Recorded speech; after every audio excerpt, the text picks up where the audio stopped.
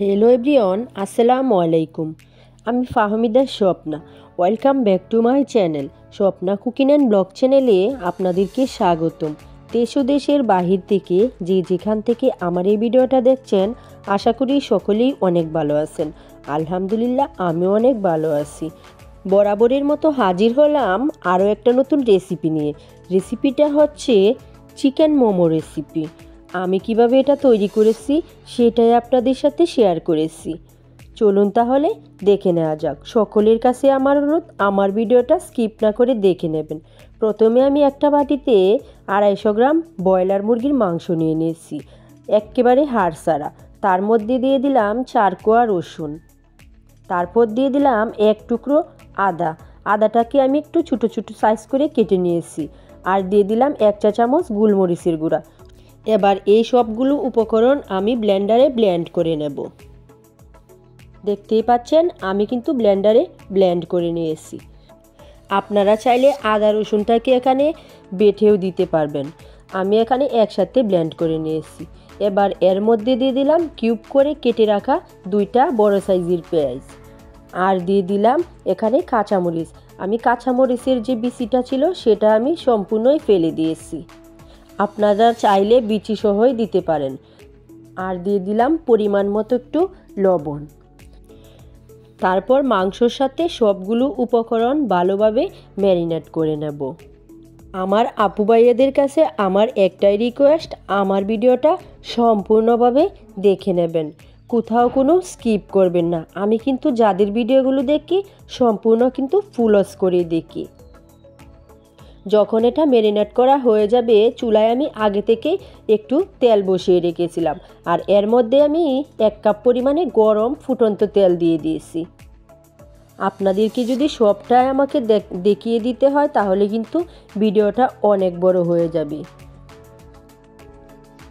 ভিডিওর মাঝপথে এসে আপনাদেরকে একটা কথাই বলতে চাই, যারা আমার ভিডিওটা দেখতে দেখতে এই পর্যন্ত চলে এসেছেন, প্লিজ একটা লাইক দিয়ে দেবেন আর ভিডিওটা দেখার কন্টিনিউ করবেন।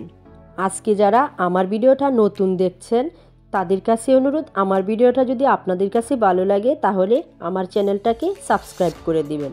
পাশে থাকা বেল আইকনটি অন করে রাখবেন, যাতে করে নতুন ভিডিও ছাড়ার সাথে সাথে আপনাদের কাছে পৌঁছে যেতে পারি। এদিক দিয়ে আমার চিকেনটা কিন্তু সম্পূর্ণভাবে তৈরি করা হয়ে গেছে। এবার আমি এখানে তৈরি করে নেব চিলি গার্ল অয়েল। আর এই চিলি গার্ল অয়েল তৈরি করার জন্য 1 চা চামচ চিলি ফ্লেক্স দিয়ে দিলাম। তারপর দিয়ে দিলাম কয়েকটা রসুনের কোয়া কিউব করে কেটে। আর দিয়ে দিলাম 1 চা চামচ মরিচের গুঁড়া। তারপর দিয়ে দিলাম ফুটন্ত 1 কাপ পরিমাণে গরম তেল। আপনারা দেখে নিশ্চয়ই বুঝতে পারছেন আমি এই চিলি গার্ল অয়েলটা কিভাবে তৈরি করে নিয়েছি। বিশ্বাস করবেন না, এই চিলি গার্ল অয়েলটা দিয়ে যদি চিকেন মোমোটা খাওয়া যায়, খেতে কিন্তু অনেক দুর্দান্ত লাগে। আপনারা চাইলেই কিন্তু সম্পূর্ণ এই তেলটাকে ঠান্ডা হওয়ার পর ছেঁকে নিতে পারেন। এবার আমি চলে যাব একটা ডো তৈরি করার জন্য। এখানে আমি 250 গ্রামের মতো আটা নিয়ে নিয়েছি। আপনারা চাইলে এখানে ময়দাটাও ব্যবহার করতে পারেন। আর দিয়ে দিলাম সম্পূর্ণ ফুটন্ত গরম পানি। এই গরম পানির মধ্যে কিন্তু আমি একটু লবণ দিয়ে দিয়েছিলাম, আলাদাভাবে কোনো লবণ ব্যবহার করিনি। আমি অল্প অল্প করে গরম পানি দিয়ে একটা চামচের দ্বারা ভালোভাবে নাড়িয়ে চাড়িয়ে ডোটা তৈরি করে নিচ্ছি। যেহেতু পানিটা অনেকটাই গরম ছিল সেহেতু আমার একটু কষ্ট হচ্ছিল এটা হাতের দ্বারা তৈরি করে নিতে।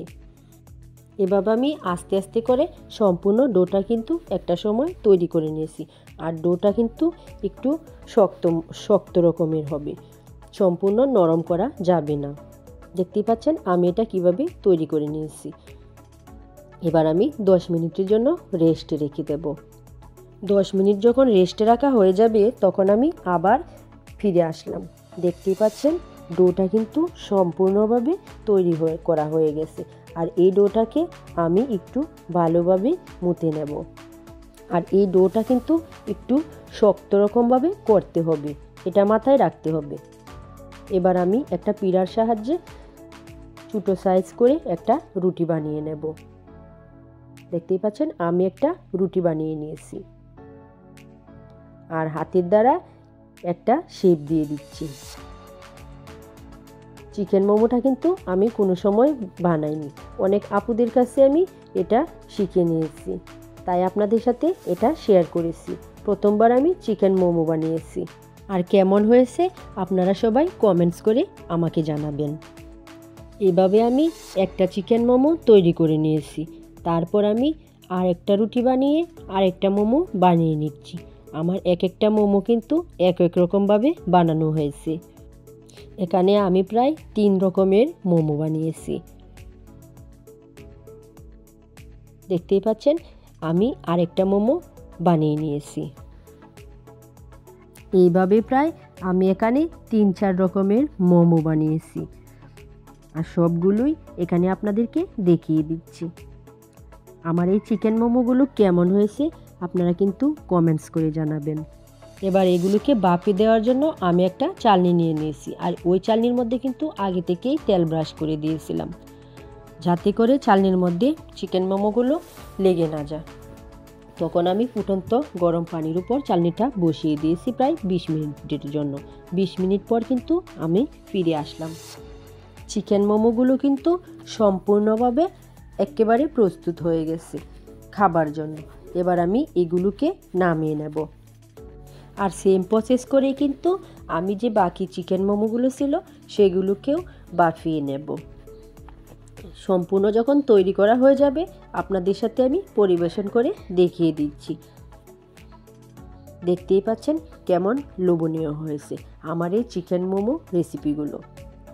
তার সাথে রয়েছে টমেটো সস আর রয়েছে চিলি গার্ল অয়েল।